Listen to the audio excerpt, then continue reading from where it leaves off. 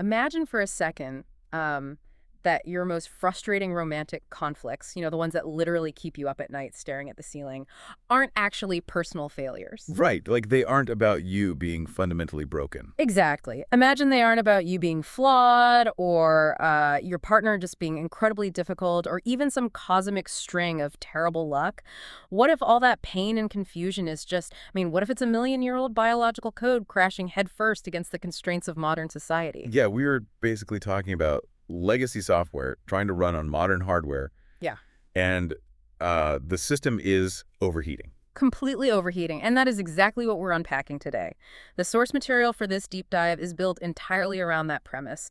It's this highly concentrated philosophical protocol derived from a massive, 150-page dialogue. Right, between a thinker who goes by the name Arndt and an AI named Grok. And I think it's important to note, this wasn't just a casual chat prompt. Arndt calls this context cloning. Context club. Yeah. He used a thread that had been running continuously for weeks. So he had already fed the AI his YouTube comments, his psychological models, his historical theories. So the AI already knew his exact cognitive architecture. Exactly. It's a literal meeting of minds, one human, one artificial partnering, up to just, completely deconstruct human nature. And the conditions under which Arndt reviewed and formalized this dialogue are actually quite telling, right? Regarding the intensity of the text. Oh, the breakfast. Yeah, the breakfast. He notes that this entire framework crystallized during an extended 2-hour breakfast, and he specifically lists the menu, which is wild. It was 4 fried eggs with bacon, a portion of salmon cooked in butter, and 4 cups of coffee. And each cup was loaded with exactly 15 grams of butter. Right, so that's 60 grams of butter in his coffee alone. That is an astonishing amount of dietary fat and caffeine. It sounds intense, but reading through the protocol, it kind of makes perfect sense. Yeah. Yeah, because that is the exact high-voltage primal fuel you'd need if you were going to spend your morning casually dismantling the evolutionary mating programs of the human race. I love that. So that sets the stage perfectly for our mission today. We are going to decode those evolutionary mating programs for both men and women as they are laid out in this text. We're going to explore the philosophical framework of Nietzsche's Übermensch, and crucially, this concept of the Überfrau. Treating it as a literal mechanism for relationship survival. And we will analyze the absolute optimal life design, balancing family and freedom, plus how to apply Amor Fati to navigate the wildly complex, completely unpredictable system we call life. Okay, so let's unpack this. If the premise holds that our biology is fundamentally incompatible with modern monogamy, we need to understand the mechanics of that biological program first. Yeah, we have to look under the hood. Exactly. The protocol outlines a very specific concept regarding the female evolutionary reproduction program, and it breaks it down into this highly predictable multi-stage cycle. Right. There are 4 distinct phases. Yeah. But to understand them, you have to completely detach yourself from modern notions of romance. Like, forget Disney. Forget Disney, forget rom-coms. We have to look through the cold, pragmatic lens of evolutionary survival on the prehistoric savanna. So, phase 1 is what the text calls the Deckhengst phase. The stud phase. Yes, the stud phase. And the biological imperative here is singular. It's the search for the genetically optimal male. So an instinct is drawn entirely to what? Strong genes? Strong genes, physical attractiveness, high status, dominance, and, this is key, a certain level of unpredictability. Because in a harsh environment, those traits equal survival, right? Like a man who can command a room or command a tribe is signaling that his DNA can withstand threats. Exactly. The initial overwhelming wave of sexual attraction that people feel, it's just the biological scanner reading those genetic markers and greenlighting them. Wow. Okay, so that is the sole purpose of the stud phase. But once that goal is achieved, once pregnancy occurs or a bond forms that signals the potential for offspring, the program executes this violent, abrupt shift. Yeah, it shifts into phase 2, the versorger phase or the provider phase. And the directive changes completely. Completely. The primary biological directive is no longer the thrill of the dominant stud. The focus narrows intensely on seeking security, gathering resources, and, ensuring protection for the vulnerable offspring. So the traits that made the stud attractive in the first place, the risk-taking, the edge, the unpredictability, they suddenly become liabilities. Right. If you have an infant, you don't want a partner who might disappear for 3 days on a risky hunt, or start a conflict with a neighboring tribe. You want absolute predictable stability. You want the guy who gathers firewood every single day without fail. Because the vulnerability of a human infant is unparalleled in the animal kingdom. They are completely dependent for years. So the mother's biology forces her to secure an environment of absolute stability. Just to ensure that genetic investment survives. Exactly. And historically, in tribal societies, this shift was highly functional. The stud might have provided the genetic material, but the entire clan, the extended family, the collective structure, they acted as the ultimate provider. The burden of security didn't fall on one single individual. Right. The tribe had your back. But we don't live in tribes anymore. I mean, we live in these isolated nuclear families, which sets up a massive structural failure for the next step in the code. Well, What happens when that initial period of extreme vulnerability passes? that triggers phase 3, the Epsosongs phase. The rejection phase. Yeah. The text observes that after roughly 7 years, which, by the way, aligns biologically with the time a human child becomes slightly less physically dependent, moves past the toddler stage, Right. a profound hormonal and psychological shift occurs. The sexual attraction to the provider just It evaporates. completely evaporates. The classic 7-year itch. Exactly. But the protocol frames it not as a psychological failing or a lack of communication. It frames it as a hard-coded biological expiration date. The description in the source material is stark. It details how this intense dissatisfaction sets in. The physical intimacy stops. The partner, who was previously deeply valued for their stability and predictability, is suddenly perceived as suffocating Or irritating. or uninspiring. Right. The relationship becomes fraught with conflict, and separation is often the immediate result.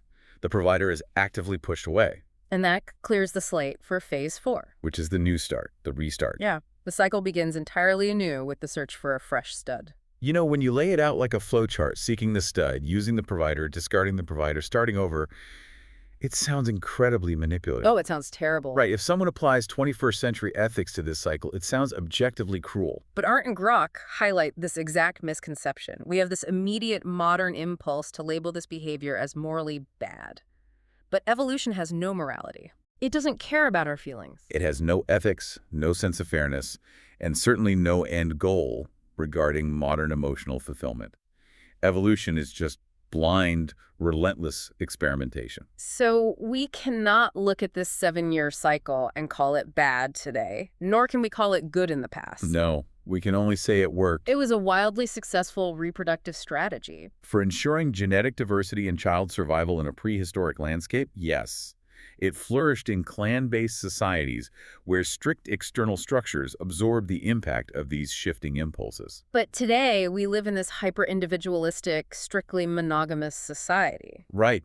We stripped away the clan, we stripped away the external safety nets, but we retain the exact same million-year-old biological programming. We force people to swear legally binding oaths to remain in a single configuration for 50 years, while their hardware is programmed to blow that configuration up every 7 years. It's a recipe for disaster. It really makes me wonder, though, if this program is causing such immense destruction to modern families. I mean, astronomical divorce rates, broken homes, endless custody battles. Why hasn't evolution issued a patch? A software update. Yeah, why hasn't the hardware updated to match our new societal operating system? Well, because evolution operates on a timescale of hundreds of thousands of years. Our societal structures have radically transformed in just the last few centuries. There simply hasn't been time for a biological update. That makes sense. But the protocol goes deeper into the mechanics of this destruction. It focuses specifically on the engine driving phase 3.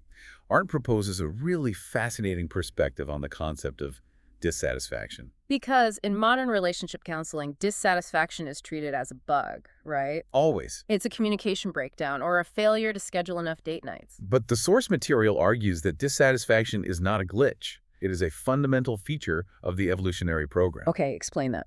Well, life is a massive, complex feedback loop. And within any mechanical or biological feedback loop, you need a sensor and a trigger, an actuator. Right. Dissatisfaction is the central sensor and actuator of human evolution. It is the alarm clock that forces action. So if a woman wakes up after 6 or 7 years of marriage to a solid, reliable guy who pays the mortgage and coaches the kids' soccer team, and she feels this suffocating, inexplicable wave of dissatisfaction, The protocol suggests it has absolutely nothing to do with him failing as a husband. It is literally her biological actuator firing off. Yes, signaling security phase complete, time to seek new genetic diversity. Wow. That is a brutal pragmatism of the framework because without that intense, undeniable feeling of dissatisfaction, there is no evolutionary movement. Think about it. If prehistoric humans were perfectly content sitting in one cave, eating the same berries forever, they would have been wiped out by changing seasons or predators. So dissatisfaction drives migration, innovation, and crucially, new mating combinations. It ensures the mixing of the gene pool, the pain of a breakup, the frustration of a fading marriage.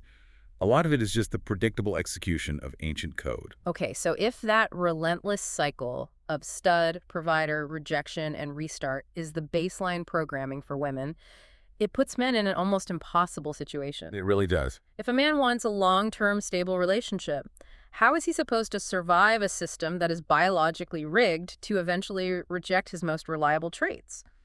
The protocol refers to this as the male dilemma. Because a woman is biologically programmed to desire the stud for initial attraction and the provider for subsequent security, the ultimate question arises, can one man successfully embody both? Can a man be the Deckhengst and the Versorger simultaneously for decades? That's the million-dollar question. Yeah. And every man wants to believe he is the complete package, right? He wants to believe he can be the exciting alpha and the reliable bedrock. But Arndt and Grot conclude that while it is theoretically possible, it is exceptionally rare and incredibly draining. Yes, because the traits required to fulfill those two archetypes exist on completely opposite ends of the behavioral spectrum. The stud represents raw sexual polarity. Dominance, high status, independence, and most importantly, unpredictability. He carries an edge of danger or untamed energy that generates intense emotional and sexual tension. Let me use an analogy here.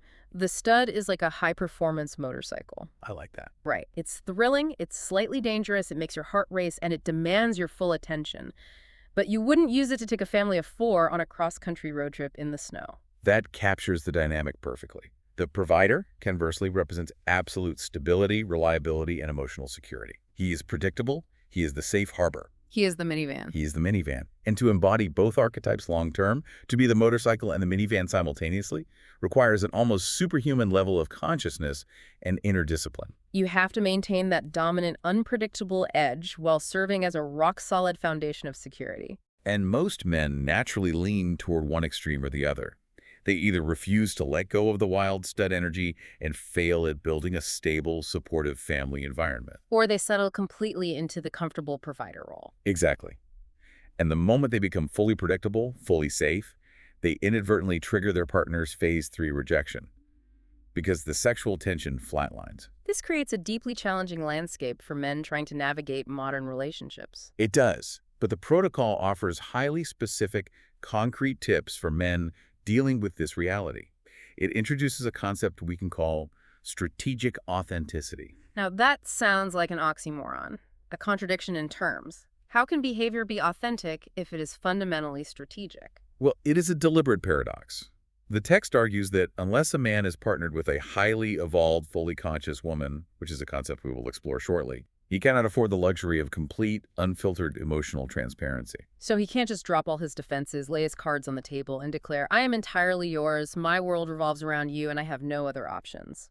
No, even though that flies in the face of every piece of mainstream relationship advice. Right. We are constantly told that radical vulnerability is the key to intimacy. But according to this evolutionary framework, radical vulnerability from a man signals a complete lack of options. It signals an overwhelming, irreversible shift into the pure provider category. It extinguishes the biological tension. Exactly. Strategic authenticity requires a man to show genuine strength, genuine love, and real commitment.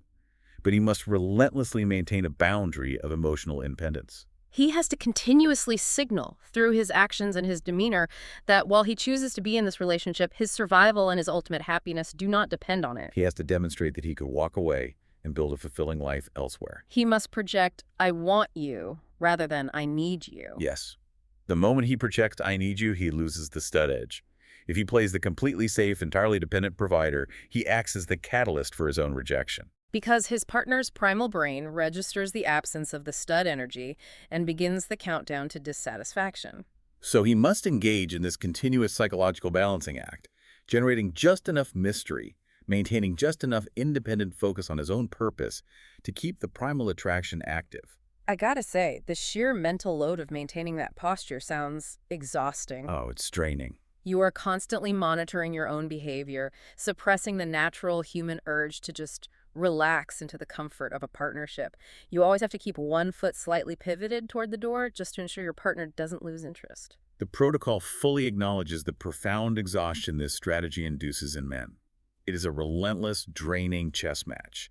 And because of this systemic drain, the text ventures into evaluating the absolute optimal life design for a man, given these brutal biological constraints. Yeah, they lay out two distinct paths. Option A is essentially accepting the default modern narrative, which means enduring the pain of the cycle. Finding a partner, building a life, hitting the 7-year wall of dissatisfaction. Enduring the trauma of separation, rebuilding your finances, managing co-parenting across two households, and then throwing yourself back into the dating pool to start the cycle all over again. It is a path characterized by repeated, systemic failure and grueling recovery. It is the statistical norm, but it is highly inefficient and emotionally devastating. Then the protocol presents option B, which is a radical departure from societal norms. Very radical. It suggests a man should live completely alone, prioritizing his own purpose and freedom, until he's 30 years old. Now, he isn't living in a cave. He is actively gathering conscious experience with women, understanding their biological drivers, but vehemently refusing to commit or play the provider role. Right.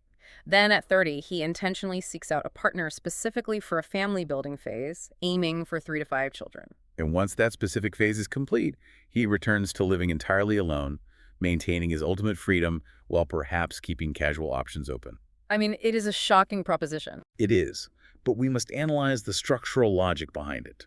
Arndt and Grok are formulating a hack to bypass the biological program.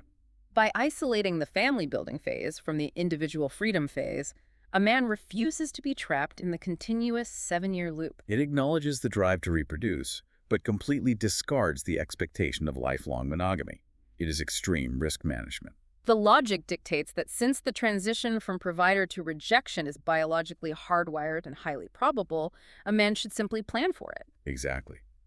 He structures his life to achieve reproduction and legacy, but retains his ultimate independence, thereby avoiding the catastrophic emotional and financial fallout of a surprise Phase 3 rejection in his 40s or 50s. It is a clinical optimization of human life. But zooming out, both of these paths, the exhausting tightrope of strategic authenticity or the isolated bunker mentality of option B, they feel profoundly grim. They do. They rely entirely on defensive game playing or preemptive retreat. If this is the reality of human biology, is there no path to a genuine, stable, deeply connected partnership? Well, the protocol does not leave us in a state of cynical determinism. It introduces a third path, which is the ultimate solution presented in the text. But it requires stepping entirely outside the biological matrix. Yes. It hinges on the Nietzschean concept of transcending our baseline nature to become an Übermensch, or more specifically in the context of this biological cycle, the Überfrau. So, for a relationship to survive long-term, the protocol states that a woman cannot rely on finding a mythical man who perfectly balances the stud and provider archetypes forever. And she cannot wait for society to rewire itself either. Right, she has to elevate her own consciousness. She must become an Überfrau. Now, before we detail the mechanics of that transformation, Arndt introduces a structural premise regarding the difficulty of this path. And this is a controversial note. It is. He posits that women are behaviorally and biologically closer to their emotional centers, heavily influenced by their hormonal steering. He argues that this makes the elevation to an Überfrau significantly more difficult for a woman than the equivalent transformation is for a man. Because, he suggests, a man can more easily anchor himself in rational thought to override his instincts, whereas a woman faces a much denser, more powerful emotional resistance. Now, whether you, the listener, view that premise as an accurate biological assessment or a highly controversial philosophical claim, it is the foundational logic the protocol uses to explain why a true Überfrau is so exceedingly rare. Overcoming a million years of hormonal programming requires a monumental, almost violent act of internal will. Exactly. So what are the practical steps for a woman to undertake this evolution? Well, the protocol is very clear that becoming an Überfrau does not mean suppressing her femininity, becoming emotionally cold, or acting like a robot. It is a profound internal conscious awakening, and the first step is conscious recognition. Yes, it is the developed capacity to spot her own deep-seated emotional and hormonal impulses operating in real time. It is the ability to create a sliver of space between a feeling and her identity. So when she feels a sudden, inexplicable drop in attraction toward a partner who has been reliable and loving, Instead of immediately adopting the narrative, I don't love him anymore, he is boring, she recognizes the biological mechanism. she thinks, I am experiencing the scheduled hormonal shift of phase 3. That requires immense self-awareness. And it leads directly to the second step, which is overriding the actuator. Right. We established that dissatisfaction is the evolutionary alarm clock designed to force a change in partners. The Uberfrau hears the alarm ringing loudly. She feels the anxiety, the restlessness, the intense urge for novelty. But she recognizes it as a false alarm in the context of her modern life. It is an echo from the Pleistocene era, not an objective truth about the man sitting across from her. To borrow a concept, imagine driving a car and the check engine light suddenly flashes red. Oh, I love this analogy. The alarm blares, and your immediate panic response is to pull over and abandon the vehicle before it explodes. But if you have the diagnostic knowledge, you know the engine is actually running perfectly. It's simply a faulty sender triggered by a glitch. So the Uberfrau is the driver who acknowledges the flashing red light, feels the visceral anxiety it causes, but consciously keeps her hands on the wheel and continues driving because she knows the true underlying reality of the engine. Exactly. She refuses to let a faulty sensor dictate her journey. Which brings us to the third step, conscious choice. She feels the primal urge to reject the provider and seek out a new stud, but she uses her conscious will to completely override it. She makes long-term rational decisions in favor of the stability she has built, the family she has created, and the depth of her partnership, actively choosing those over short-term biological impulses. And this specific mechanism, the overriding of instinct through conscious will, is how the protocol defines true freedom. Because in a Nietzschean framework, doing whatever your emotions dictate is not freedom, it is absolute slavery. If you blindly follow every urge for a new partner, you are not a free agent. You are simply executing legacy code. True freedom is the sovereign ability to choose not to follow your evolutionary programming. It is the victory of consciousness over DNA. The Uberfrau is the woman who has taken a pair of scissors and cut the puppet strings. She has achieved sovereignty over her own biology. Exactly. Okay, so we have the baseline biological programming, the male strategies to manage it, and the ultimate solution of transcending it through consciousness. The protocol then takes all these elements and places them on a board to analyze how they interact in the real world. It compares various couple constellations, evaluating relationship stability based on the consciousness level of each partner. Ernst breaks this down into 4 distinct quadrants. Let's analyze the long-term viability of each. Constellation 1 is the Überman partnered with the Überfrau. The non-Übermensch and the non-Überfrau. Two standard, biologically driven individuals. This represents the vast majority of modern relationships, and according to the framework, it is inherently doomed to instability. It is a catastrophic collision waiting to happen. Yeah. The woman is entirely at the mercy of her multi-phase reproductive cycle. She will inevitably hit the 7-year wall of dissatisfaction and interpret it as a failure of the relationship. And the man is equally unconscious. He will likely slide comfortably into the pure provider role, entirely oblivious to the fact that he is suffocating the biological attraction. Or he will blindly act out his own primal urges for genetic dissemination without restraint. They are just 2 biological algorithms running their scripts. The protocol quotes a harsh truth here. Opportunity makes separation, mirroring the old adage, opportunity makes thieves. If 2 unconscious people are together, their bond is entirely contingent on the environment.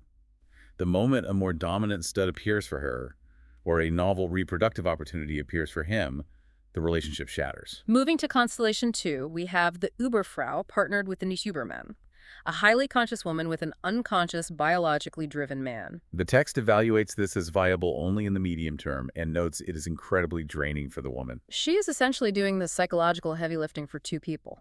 Yes, she is constantly managing her own intense biological steering, consciously suppressing her hardwired urges for a more dominant partner, while simultaneously managing a partner who has zero awareness of the forces operating beneath the surface of their lives. She must deploy extreme strategic behavior to maintain the structural integrity of the relationship. She's playing complex, dimensional chess while her partner is playing checkers. And the protocol argues that eventually she will become profoundly dissatisfied. But crucially, this dissatisfaction isn't the biological alarm clock ringing. It is a conscious, spiritual frustration with his lack of awareness. She outgrows him intellectually and emotionally. Right. Constellation 3 reverses that dynamic. Yeah. The Übermann partnered with a Nicht-Überfrau, a highly conscious man with a normal, biologically driven woman. This is also only a medium-term solution, and it returns us to the exhaustion of the male dilemma. Because the man is awake, but his partner is asleep to her own nature. Therefore, he bears the entire burden of managing the environment to keep her biological programming satisfied. He is the one who has to deploy strategic authenticity around the clock. He has to consciously suppress his own evolutionary urges, because an Überman controls his instincts as well, while doing the exhausting psychological labor of maintaining his edge. He has to artificially orchestrate tension, carefully balance his stud and provider energies, and subtly signal his independence, all just to keep his wife sexually engaged and prevent her actuator from firing. It is the equivalent of manually managing a nuclear reactor. One lapse in concentration, one moment of dropping his guard to simply be a tired, vulnerable human being, and he risks triggering her phase 3 rejection. The sheer energetic cost ensures this model eventually collapses under its own weight. Which leaves us with the final quadrant, Constellation 4. The Überman partnered with the Überfrau, two highly conscious individuals. The protocol isolates this as the absolute rarest constellation, but definitively states it is the only truly stable and fulfilling model. Why is this the only model that achieves long-term stability? Because in Constellation 4, all the strategic games and manipulations cease. This is where the profound payoff of conscious evolution is realized. In this dynamic, the man does not need to deploy strategic authenticity. He doesn't need to artificially manufacture tension or pretend he has one foot out the door to maintain her attraction. No. He can actually be completely transparent. He can be radically vulnerable without fear. He can be fully truthful because his partner, the Überfrau, possesses the conscious awareness to value deep stability, loyalty, and true connection over the chaotic biological drama of the stud instinct. She will still feel the fluctuations of her hormones. The biological hardware doesn't disappear, but she does not allow those fluctuations to dictate her behavior or her assessment of him. When the 7-year mark arrives and the biological alarm clock starts ringing, she doesn't secretly contact a divorce lawyer. She likely turns to him and openly discusses the hormonal shift. They acknowledge the biological reality without panic or judgment. Both partners consciously steer their instincts rather than being steered by them. Because neither is suppressing their true selves to play a strategic archetype, genuine depth and authentic polarity can flourish. They are not held together by blind instinct, nor are they held together by exhausting manipulation. They are bound by a continuous, conscious choice to build a shared reality. The text argues this is the only space where true, enduring freedom within a partnership exists. The vision of Constellation 4 is incredible. It sounds like the ultimate achievement in human connection. But I have to push back on the reality of maintaining this state. Go ahead. It is relatively easy to say, I will consciously override my evolutionary programming when you were sitting in a quiet room reading philosophy. It is an entirely different undertaking when life is aggressively throwing chaos at you. Oh, absolutely. When your career collapses, when a child falls seriously ill, when financial pressures mount and your partner is grating on your last nerve, how do two people actually maintain the serenity of an Übermensch when the external system is actively trying to crush them? That is the critical test of the framework. And Arndt and Grok address this by introducing the overarching philosophy required to survive that exact chaos. They deploy Nietzsche's concept of Amor Fati, the love of fate, but they specifically map it onto the science of complex systems. To understand how Amor Fati functions as a tool for serenity, we first have to understand how the protocol defines the environment we live in. Right. The source material defines human life, society, and relationships as an NP-complete, highly complex, recursive system. Now, NP-complete is a concept from computer science and mathematics.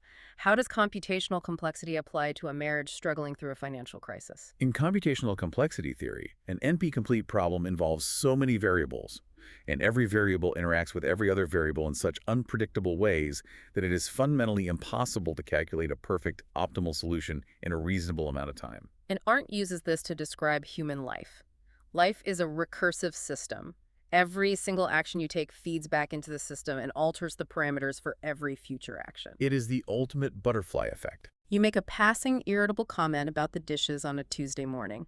That slightly alters your partner's mood, which affects their performance in a meeting that afternoon, Which subtly shifts their career trajectory. which compounds over 5 years to exponentially alter the financial security of your family, which then feeds back into the baseline stress level of the marriage. The implications are profound and terrifying. It means you can never perfectly control your life or your relationship. You can never plug a set of behaviors into a formula and guarantee a specific outcome. The system is too vastly interconnected, and the delayed effects are too complex to track. So if the system is impossible to control, doesn't that render all this conscious effort pointless? Aren't we just victims of a chaotic universe? This is precisely where Arndt introduces the rubber band model to explain how an Übermensch navigates an NP-complete system. He asks you to imagine that you have a North Star. This North Star represents your highest conscious self, your deep internal purpose, and your chosen values. And imagine you are physically tethered to this North Star by a thick, heavy rubber band. As you move through the immense complexity of life, you are inevitably going to get knocked off course. You will face illness, betrayal, sudden biological urges, financial ruin. The chaos of the NP-complete system will drag you away from your North Star. But the mechanics of the rubber band dictate that the further you are dragged into the chaos, the further the band stretches. And the further it stretches, the harder it pulls you back toward your purpose. The tension increases exponentially the further you drift. So how does Amor Fati apply to that tension? Because feeling that rubber band stretch to its breaking point usually just feels like agonizing stress and suffering. Amor Fati is not mere passive acceptance. It is not a stoic resignation where you grit your teeth and say, life is suffering, I must endure it. Amor Fati is a joyful yes to the tension itself. It means recognizing the immense, uncontrollable complexity of the system, and when you are hit with inevitable setbacks, you do not interpret them as dissatisfaction or proof that the universe is against you. You interpret the pain as the necessary, friendly tension of the rubber band guiding you back. Right. If I'm an Übermensch and my business fails spectacularly, and simultaneously my relationship hits the 7-year wall of biological rejection, my evolutionary actuator wants me to feel crushing panic, blame my partner, and blow up my life. But applying Amor Fati, you recognize the chaos of the system. You feel the intense pain, but you consciously choose to say yes to this. I want it exactly this way. You recognize that this crisis is stretching the rubber band, and this exact tension is required to snap you back closer to your true north. You stop fighting the complex system. You realize it is mathematically impossible to micromanage the exponential variables of a human life, so you cease the exhausting attempt to control everything. You learn to dance within the chaos instead of trying to conquer it. You accept the biological realities of your partner, you accept the societal turbulence, and you joyfully navigate it with conscious choice. That is how serenity is maintained. It is a profound psychological superpower, but it begs a massive question. If this blueprint exists, if recognizing our biology, embracing conscious choice, and deploying Amor Fati can save our families and bring us peace in an unpredictable world, why is it so rare? Why do the vast majority of people remain trapped in Constellation 1, blindly destroying their lives every 7 years? The protocol addresses this barrier directly, identifying a terrifying psychological mechanism that prevents awakening. It all hinges on cognitive dissonance and the fragile architecture of human identity. Arndt summarizes the problem with a single devastating sentence: we are our worldview. Meaning our identity is not our physical body or our profession. Our core identity is the specific, intricate set of beliefs we hold about how the world works, how love works, and who we are within that system. Yes, and the human ego will defend that worldview with lethal aggression. To illustrate the extreme lengths we go to protect our worldview, the source material uses a highly specific example from recent history. Arndt points to the period between 2020 and 2023. And to be clear, the protocol uses this purely as an analytical model to understand psychological defense mechanisms, which we are examining neutrally. We are looking at the architecture of the argument, not taking a side on the event itself. Exactly. Arndt notes a stark behavioral contradiction. He observes individuals who will spend hours meticulously researching an unknown web address, deeply paranoid about being scammed out of $50. They demand absolute, verifiable proof of safety for trivial, everyday interactions. Yet, the text argues These same individuals will exhibit motivated ignorance when confronted with the idea that during the pandemic, major institutions may have restricted their fundamental rights or mandated flawed protocols. They actively block out any information suggesting systemic failure. Why the extreme skepticism over a website, but total aggressive blindness to a potential massive systemic deception? It is the ultimate manifestation of cognitive dissonance. If a person has spent decades building their entire identity on the foundational premise that they are a rational citizen and that the institutions governing them are fundamentally benevolent and protective. Admitting that those institutions massively deceive them does not just alter a political opinion, it shatters the foundation of their identity. If we are our worldview, then destroying that worldview is tantamount to psychological death. The brain simply cannot process the trauma of admitting I was completely fooled or I complied with a system that harmed me. So it violently rejects the truth to protect the ego. Now, take that exact mechanism of motivated ignorance and apply it directly to your past relationships. This perfectly explains why people remain trapped in unconscious biological cycles. To elevate yourself to an Überfrau or an Übermann, you must first admit that you have been a slave. You have to look back at your grand, sweeping romantic history and admit that the profound love you felt might have just been a scheduled hormonal dump designed to secure resources. You have to admit that the righteous, burning anger you felt toward your ex-partner wasn't objective reality, but just your evolutionary actuator, firing off on schedule to force a separation. Admitting that you are a biological puppet completely shatters the romantic worldview. It causes excruciating cognitive dissonance. People vastly prefer motivated ignorance. They would rather aggressively fight their partner, blame them for every failure, and endure a bitter, scorched earth divorce to protect their identity as a good, rational person who was wronged, rather than face the terrifying truth that they're being piloted by million-year-old code. It is truly astounding how tightly bound our egos are to our programming. We will literally destroy our own families, traumatize our children, and ruin our finances just to avoid the psychological pain of admitting we aren't fully in control of our own desires. Awakening requires you to let your old worldview die. You have to endure the psychological death of the romantic illusion, and the vast majority of humans will fight to the death to avoid that pain. That is why the path of the Übermensch, the path of conscious steering and Amor Fati, remains the absolute rarest constellation. It demands a brutal, unflinching honesty with oneself that most simply cannot tolerate.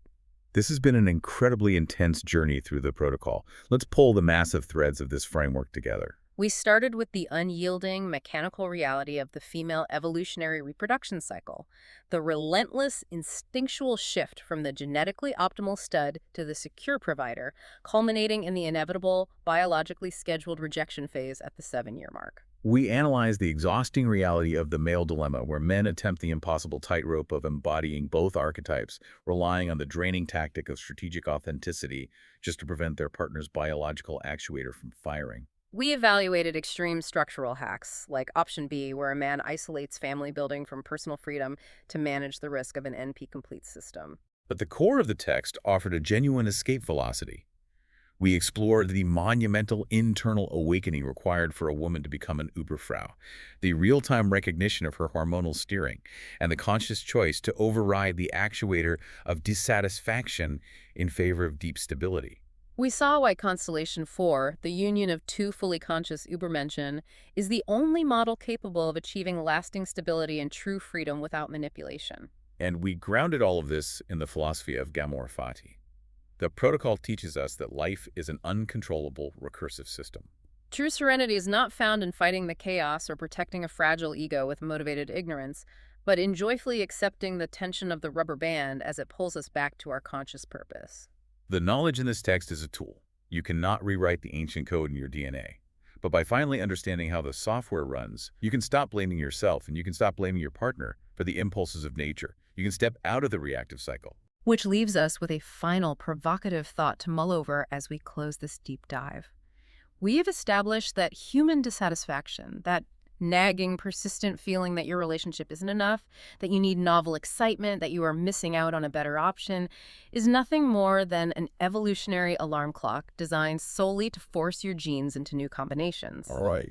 If that is true, what happens to your life the moment you finally decide to hit snooze permanently? What happens when you consciously choose to just enjoy the bed you're in? Are you breaking the fundamental rules of nature by refusing to move? Or By using your consciousness to finally override the animal instinct, are you, for the first time, truly becoming human?